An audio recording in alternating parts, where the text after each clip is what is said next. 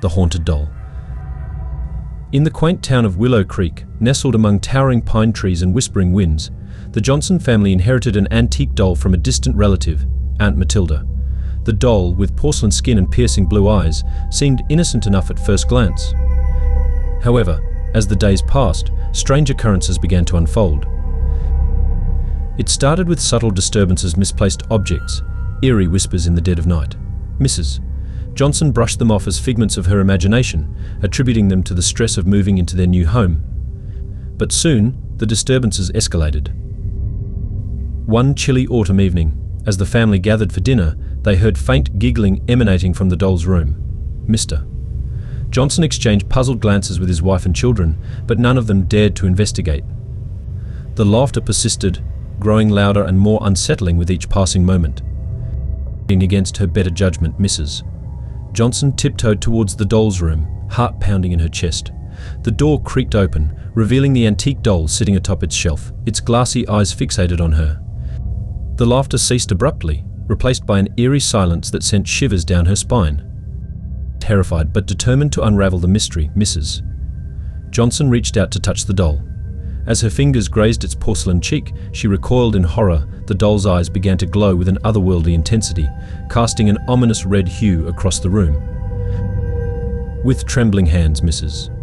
Johnson snatched the doll from its perch and hurled it across the room. It landed with a hollow thud, but instead of shattering into pieces, it remained intact, its malevolent gaze fixed upon her. From that day forth, the Johnson family lived in constant fear, tormented by the doll's sinister presence. Objects would move of their own accord, whispers echoed through the halls, and the laughter grew louder and more deranged with each passing night. Desperate for answers, Mr. Johnson delved into the family's history, unearthing long-buried secrets and forgotten tales of tragedy. It was then that he discovered the truth: the doll was not merely an innocent plaything, but a vessel for the vengeful spirit of a child who perished tragically in a house fire decades ago. No matter what they did, the Johnson family could not escape the doll's malevolent grasp. It haunted their every waking moment, a relentless reminder of the darkness that lurked within their midst. As the days turned into weeks and the weeks into months, the Johnson family's sanity began to unravel. They knew that they could never truly be free until they rid themselves of the doll once and for all. But little did they know, the spirit within the doll had other plans that would plunge them into a nightmare from which there could be no escape. 2. The Vanishing Hitchhiker. It was a moonless night in the sleepy town of Ravenwood, where the veil between the living and the dead grew thin. A group of friends, their laughter mingling with the rustle of autumn leaves, cruised along the desolate highway that wound its way through the heart of the town. As they rounded a bend, their headlights illuminated a solitary figure standing by the side of the road, a young woman with hair as dark as midnight and eyes that gleamed like polished onyx. She extended a slender arm, thumb outstretched in a silent plea for help. Intrigued and perhaps a tad reckless, the friends slowed to a stop, rolling down their windows to greet the mysterious hitchhiker. She climbed into the back seat with a murmured thanks, her presence casting a palpable sense of unease over the group. Silence settled over the car like a heavy shroud as they resumed their journey, the only sound the low hum of the engine and the distant howl of the wind.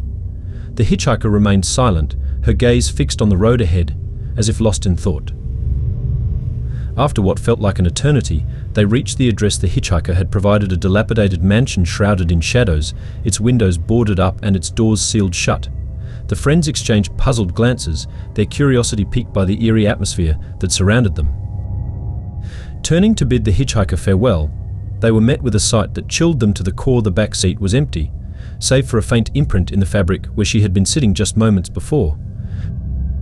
Confusion turned to fear as they stumbled out of the car, their hearts pounding in their chests as they searched frantically for any sign of the mysterious hitchhiker. But she was nowhere to be found, as if she had vanished into thin air without a trace. Shaken to their core, the friends returned home in silence, haunted by the memory of the enigmatic stranger who had crossed their path that fateful night. It wasn't until days later, after recounting their harrowing experience to a local historian, that they learned the truth. The hitchhiker was no ordinary traveler, but the ghost of a young woman who had died in a car accident on that very stretch of road years ago.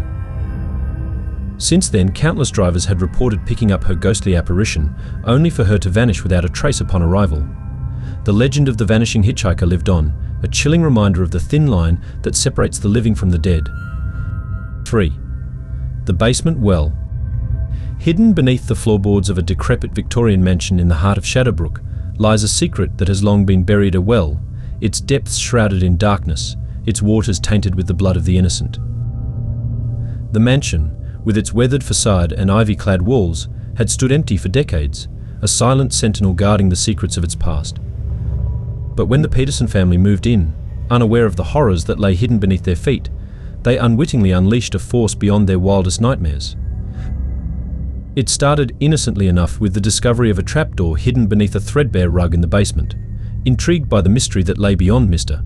Peterson pried open the trapdoor, revealing a narrow staircase that descended into the depths below. As he descended into the darkness, a chill crept into his bones, sending shivers down his spine.